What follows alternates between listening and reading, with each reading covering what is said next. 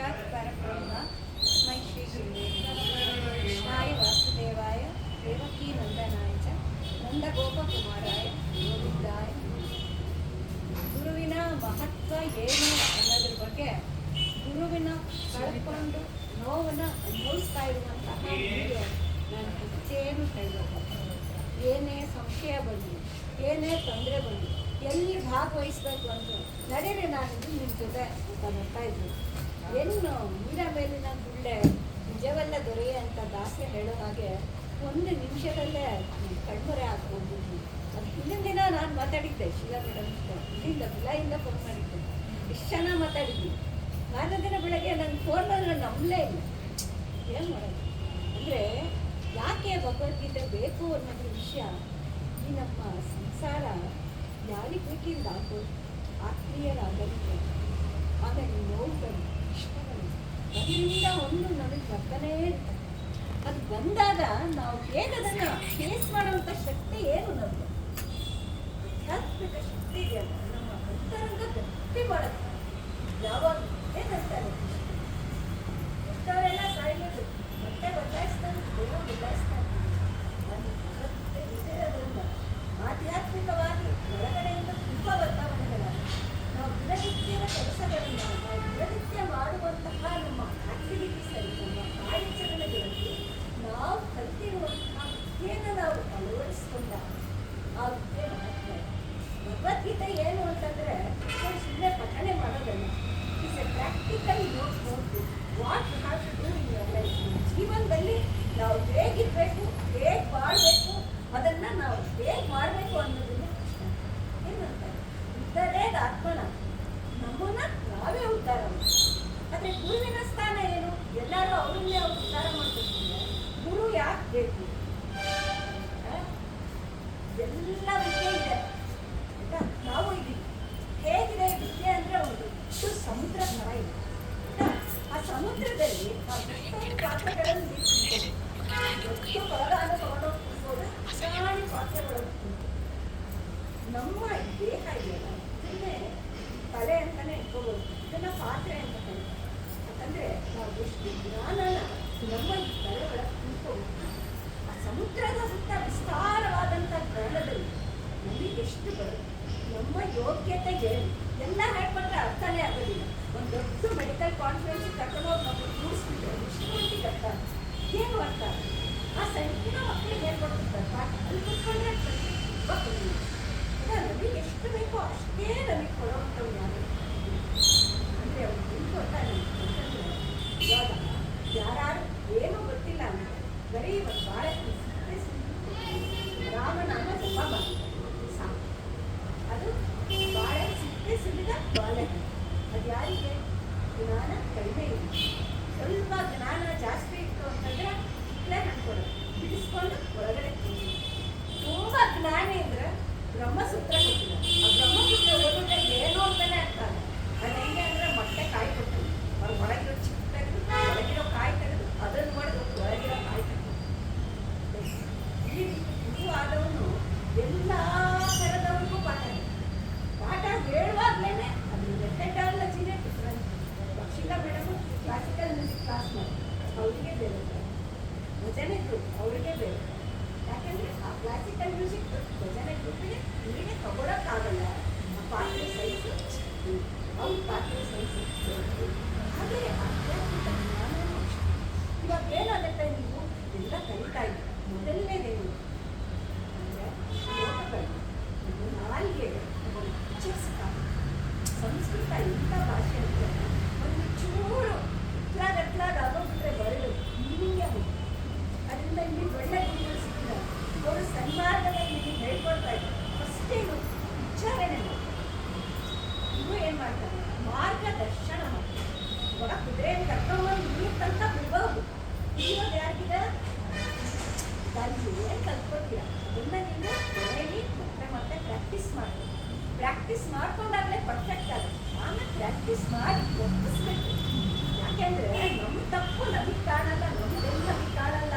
ನಮ್ಮ ತಪ್ಪುಗಳು ಯಾರು ನಮಗೆ ಕಾಣಲ್ಲ. ನಾವು ಪರ್ಫೆಕ್ಟ್ ಆಗಿ ಅನ್ಕೊಳ್ತೀವಿ. ಒಬ್ಬರೆಲ್ಲ ಎಲ್ಲರೂ ನಾವು ಎಲ್ಲರೂ ಅಂದ್ಕೊಳ್ಳೋದೇನು ನಮ್ಮಲ್ಲಿ ಏನೂ ದೋಷ ಇಲ್ಲಪ್ಪ, ಬೇರೆಯವರಲ್ಲೇ ಎಲ್ಲ ದೋಷ ಇದೆ. ಆದರೆ ದೋಷ ಎಲ್ಲರಲ್ಲೂ ಇದೆ.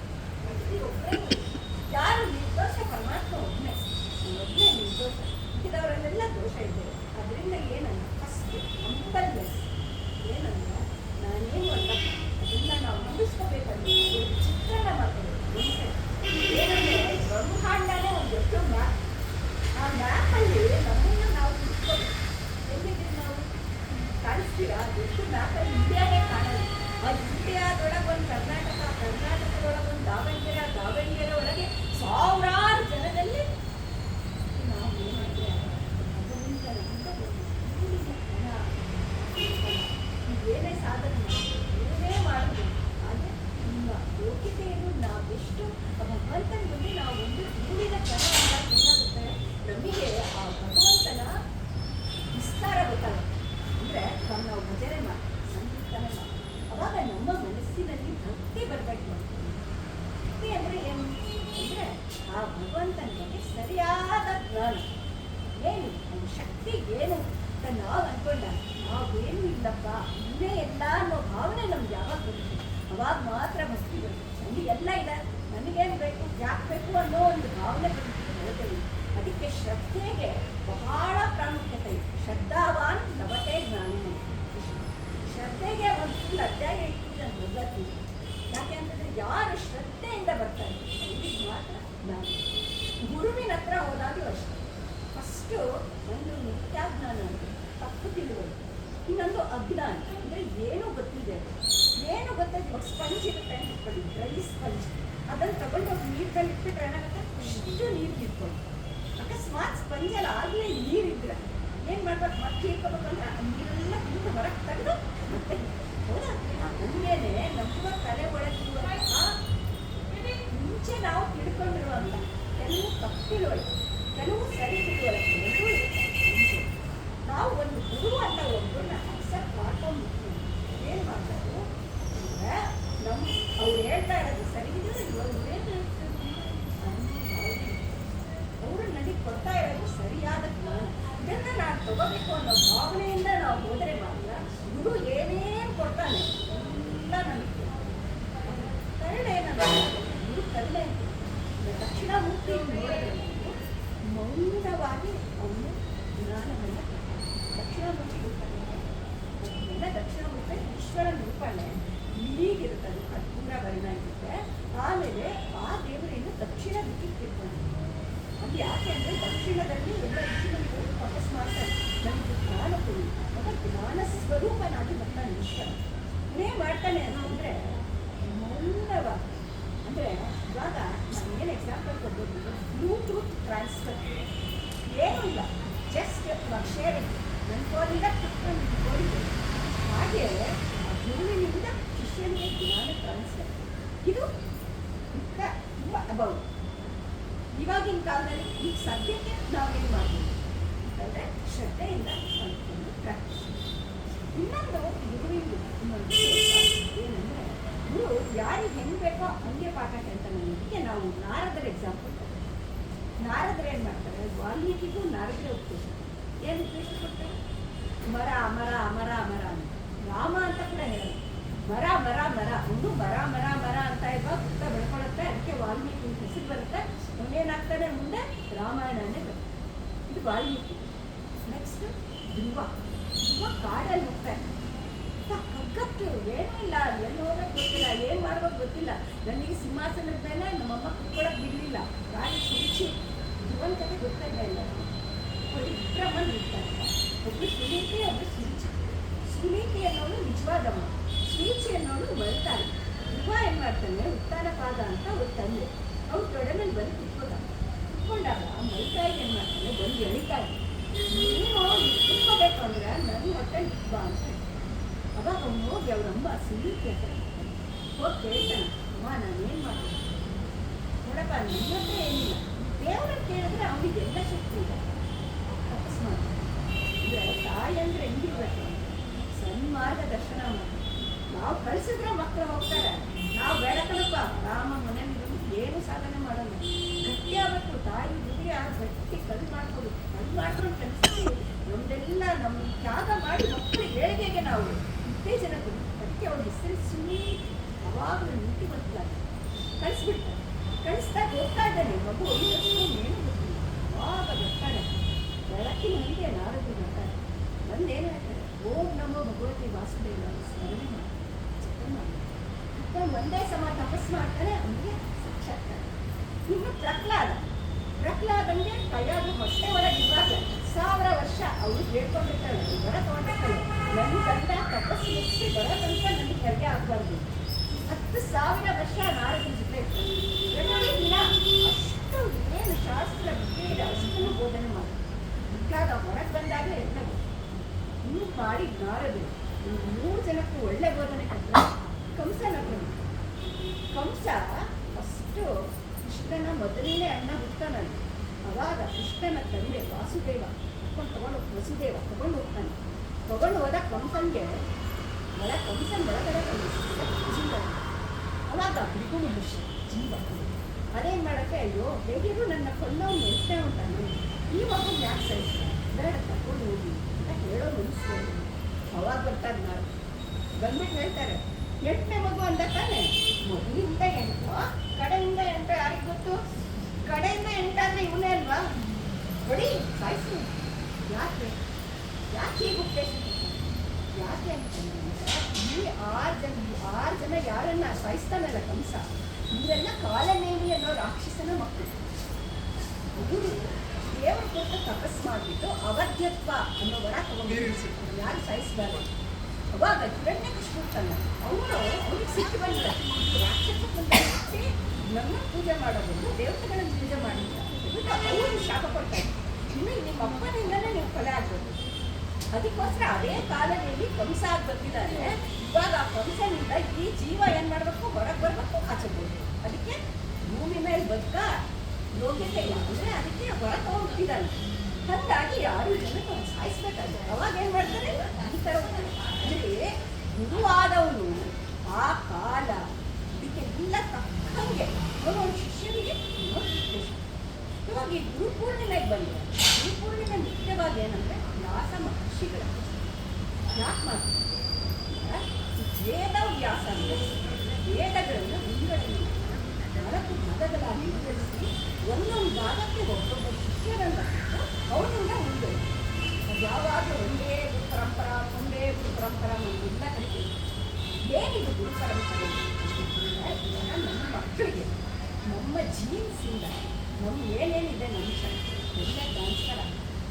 ಅದೇ ಗುರು ಇರ್ತಾನಲ್ಲ, ಗುರುವಿಂದ ಒಂದು ಶಿಷ್ಯನಿಗೆ ಟ್ರಾನ್ಸ್ಫರ್ ಆಗ್ತಾ ಒಂದು ಪರಂಪರೆಯಲ್ಲಿರೋರು.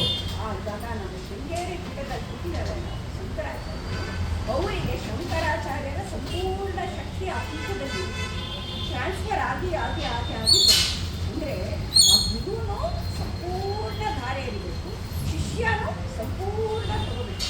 ಇದಕ್ಕೆ ರಾಮಕೃಷ್ಣ ಪರಮಹಂಸ ಕಥೆಗೆ ಒಂದು ಕಥೆ ಬಂತು. ಇದರಲ್ಲಿ ಏನಾಗುತ್ತೆ ಅಂದರೆ, ಏನು ಅವರು ಹೋಗೋ ಟೈಮ್ ಬಂದಿರುತ್ತೆ. ನನ್ನ ದಿವಸ ವಿವೇಕಾನಂದ ಅವ್ರು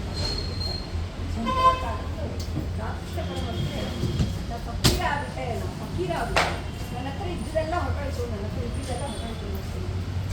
ಅವಾಗ ಎಲ್ಲರಿಗೂ ಯಾರಿಗೂ ಅರ್ಥ ಆಗಲ್ಲ. ಅವ್ರಿಗೆ ವಿವೇಕಾನಂದ ಹೇಳ್ತಾರೆ, ಅಷ್ಟು ವರ್ಷ ಯಾವ ಕಾಳಿ ಹೇಳಿ ಅವ್ರ ಹೃದಯದಲ್ಲಿ ವಾಸ ಮಾಡ್ತಿದ್ರು, ಇವತ್ತು ನನ್ನ ಹೃದಯಕ್ಕೆ ಬಂದಿತ್ತು. ಅದಕ್ಕೆ ಅವರು ಅಲ್ಲಿ ಹೇಳಿದ್ರು, ನಾನು ಅಲ್ಲಿ ತನಕ ಏನೂ ಮಾಡಲಿಲ್ಲ, ಮುಂದೆ ನಾನೇನೇನು ಮಾಡಿದೆ ಎಲ್ಲ ದೇವಿನೇ ಮಾಡಿ. ಅಂದರೆ ಈ ರೀತಿ ಗುರುಗಳು ಅಂದರೆ ಆ ಥರ ಮುಖ್ಯವಾಗಿ ಗುರು ಅನ್ನೋದು ನಾವು ಯಾಕೆ ಅಂದರೆ, ಯಾರು ನಮ್ಮ ಆಧ್ಯಾತ್ಮಿಕ ವಿದ್ಯೆ ಕೊಟ್ಟು ಸಂಪಾದಕಿ ನಾವೆಲ್ಲರೂ ಬಂದಿದ್ದೀವಿ ಒಂದು ದಿವಸ ಹೋಗಿದ್ದು ಆಲ್ ಕಂಪ್ಲೀಟ್ ಎಕ್ಸ್ಪೈರಿ ಡೇಟ್ ನನಗೆ ಗೊತ್ತಿಲ್ಲ ಅಷ್ಟೇ. ಆದರೆ ನಾವಿರೋ ಪ್ರತಿ ಕ್ಷಣನೂ ಕೂಡ ನಮ್ಮಲ್ಲಿ ಒಂದು ಸಾಧನೆ ಆಗಬೇಕಂದ್ರೆ ಕುತ್ಕೊಂಡು ಜಪಾನೇ ಮಾಡಬೇಕು, ಕುತ್ಕೊಂಡು ಅದೇ ಮಾಡಬೇಕು, ಏನೇ ಕೆಲಸ ಮಾಡ್ತೀವಿ ಮಂತನಿಗೆ ಮಾಡಿ ನಾವೆಲ್ಲರೊಳಗೂ ಹೋಗ್ಬೋದು. ಒಂದು ಗಂಟೆನೊಳಗೂ ಇದ್ದಾನೆ, ಫ್ರೆಂಡ್ಸ್ ಒಳಗೂ ಇದ್ದಾನೆ, ಒಂದು ಒಳ್ಳೆ ಮಾತಾಡಿ ಇಷ್ಟ ಆಗುತ್ತೆ, ಎಲ್ಲರಿಗೂ ಎಷ್ಟು ಖುಷಿ ಆಗುತ್ತೆ. ಈಗ ಇದು ಮಾಡುತ್ತೆ ಪರಿಮಳ ಎಲ್ಲರಿಗೂ ಆನಂದ. ನಮ್ಮ ಜೀವನವೂ ಅಷ್ಟೇ ಹಂಗೆ ಆಗುತ್ತೆ. ಇನ್ನೊಂದೇನು ಗೊತ್ತಾ, ಸಂಖ್ಯೆಯವರು ನೋಟಿಸ್ ಮಾಡಿದ್ದೀನಿ, ನಮಗೆ ನೋಗಿರ್ತಾರೆ ಮೊಗ್ಗಲ್ಲಿ ಸುವಾಸನೆನೇ ಇರಲ್ಲ. ಆಮೇಲೆ ನಾವು ಅಕಸ್ಮಾತ್ ಮೊಗ್ಗಿಟ್ಕೊಂಡು ಬಂದಿದ್ರೆ ಅದು ಆಗಲೂ ಇಲ್ಲ. ಅಂದರೆ ನಮ್ಮ ಜ್ಞಾನ ತಪ್ಪು ಆಗೋ ತನಕ ನಾವು ಹೇಳ್ಕೊಡ್ಕೋಬಾರ್ದು. ಯಾಕೆಂದರೆ ನಮ್ಮೊಳಗೆ ಇಲ್ಲ ಅದು. ಅದು ಬೀರಬೇಕು, ಆ ಸುವಾಸನೆ ಬೀರಬೇಕು, ಅನ್ಬೇಕು. ಅವಾಗ ಮಾತ್ರ ಅದಕ್ಕೆ ಸಂಪೂರ್ಣ ಹೊರಗೆ ಬಂದು. ಹಾಗೆಯೇ ಕಲ್ತ್ಕೊಳ್ಳುವಾಗ ಏನಾಗುತ್ತೆ ಅಂತಂದರೆ ಕಲ್ತ್ಕೊತಾ ಇರುವಾಗ ತುಂಬ ಹಂಬಲ್ಲಾಗಿರ್ಬೇಕು. ನಮಗೆಲ್ಲ ಬಂತು, ನಮ್ಗೆ ಅಡ್ವಾನ್ಸ್ ಬಂತು ಅನ್ನೋ ಒಂದು ಅಹಂಕಾರದ ಬಗ್ಗೆ ಒಂದು ಹೇಳ್ತಿದ್ರು. ಏನಾಗುತ್ತೆ, ಕೃಷ್ಣ ಎಲ್ಲರಿಗೂ ಗೋಪಿಕಾಸ್ತ್ರೀ ಹೇಳ್ತಿರ್ತಾರೆ, ರಾಸಲೀಲೆ ಮಾಡ್ತಿರ್ತಾರೆ. ಒಬ್ಬಳನ್ನ ಜೊತೆ ಕೂರಿಸ್ಕೊಂಡು ಹೋಗ್ತಿರ್ತಾನೆ. ಅವಾಗ ಅವ್ರಿಗೆಲ್ಲ ಅಹಂಕಾರ ಬಂದ್ಬಿಡುತ್ತೆ. ನಾವು ಕೃಷ್ಣ ಜೊತೆ ಇದ್ದು ನಮ್ಗೆ ಇನ್ನೇನು ನಮ್ಗೆ ಯಾರು ಕಣ್ಮರೆ ಆಗೋಗ್ಬಿಡ್ತಾರೆ. ಯಾರನ್ನ ಜೊತೆ ಇಟ್ಕೊಂಡಿರ್ತಾರಲ್ಲ ಅವ್ರನ್ನ ಮಾತ್ರ ಎತ್ಕೊಂಡು ಹೋಗ್ತಿರ್ತಾರೆ.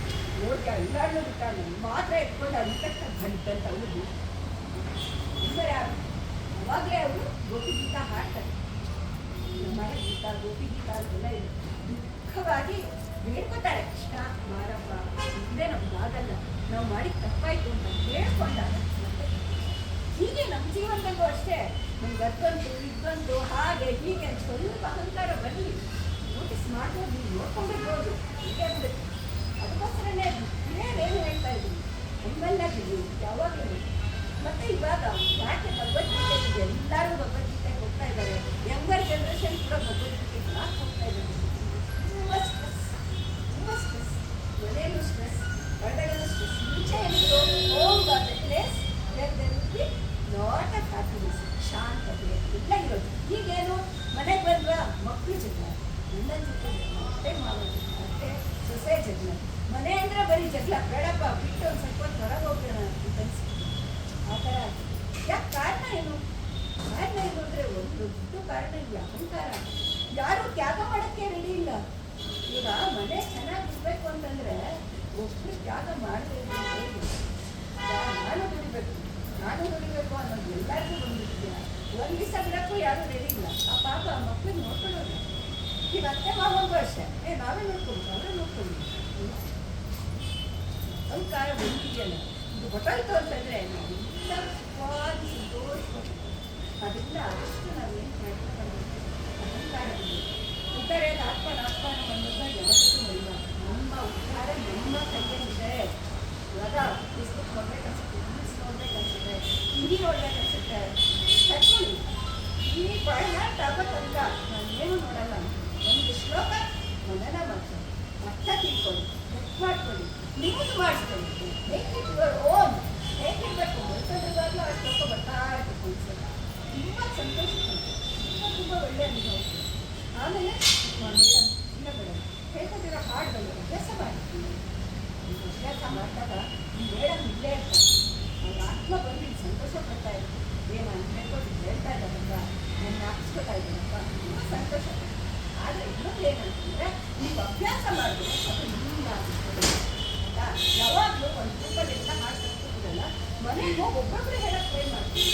ಇವಾಗ ಯಾರೋ ಒಬ್ಬರು ಒಂದು ಹಾಡಿಲ್ಲಮ್ಮ ಅಂತಂದರೆ ನಾಚ್ಕೋಬಾರ್ದು, ಕೇಳಬೇಕು. ಇಷ್ಟೊಂದು ಹಾಡು ಬರುತ್ತಲ್ವ, ಬರೋದನ್ನು ನಾವು ಹೇಳಿದ್ರೆ ಏನಾಗುತ್ತೆ, ಬಾಯಿ ಹೇಳಿದಾಗ ನಮ್ದಾಗುತ್ತೆ. ಶ್ಲೋಕನೂ ಅಷ್ಟೇ ಜೋರಾಗಿ ಉಚ್ಚಿಸ್ಬೇಕು. ನಾಲ್ಗೆ ನಮ್ಮನ್ನು